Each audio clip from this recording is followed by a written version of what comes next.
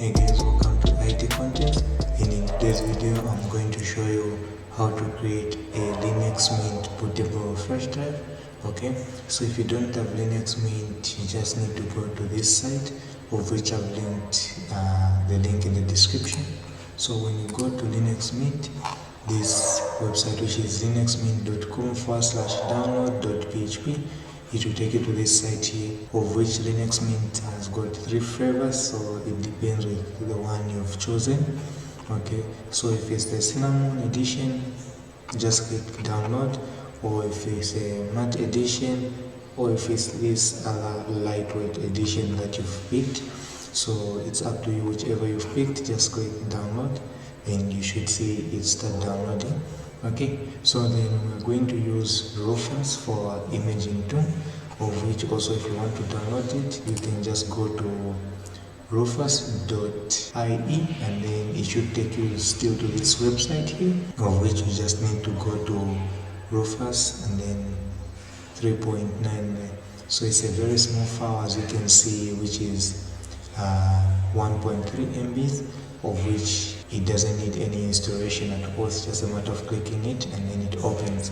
Okay, so once you have all those things, the ISO image and Rufus, we can now start just by opening up Rufus itself. So if I open up Rufus, this is exactly what you should see, and you need at least an 8 GB flash drive. Okay, so I'll be using this one. So you just need to plug it in.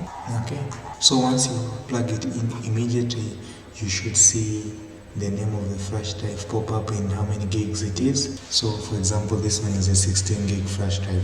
Then here where it says disk or ISO image, you just want to go where it says select. Then you want to navigate to where you stored your ISO image. So if you are just from downloading it, it should be in download, but for me it's in a different location. So systems, Linux Mint there. Okay, so once I select it, just skip this persistence part, and also just make sure you select MBR, because this is mostly supported for BIOS and UEFI, so that's a good option to go with. Then here, this will be the new name for the drive. Then you want to make sure that it's FAT32 there as a default. If it's not default, just select it from there.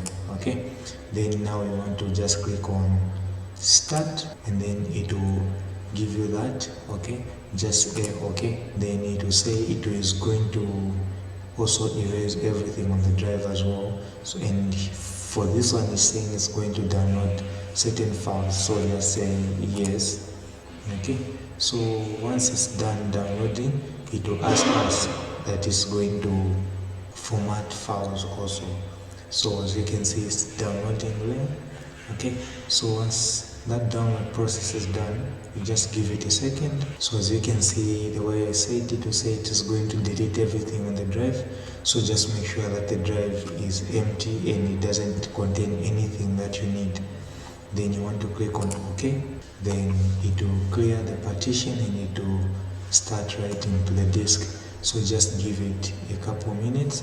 So this is just it showing you that it has started. You can just close that, it's fine. Then just leave it to finish up doing its thing, copying the files and extracting everything that it needs. Then also, once it's done, you should see this start pop up again. So don't just mistakenly click it again. Just click on cancel when it says ready there, and then you can just close it, and then install Linux Mint in the next video. So if you like the video, please leave a like, subscribe to the channel, and don't forget to hit notifications so that you don't miss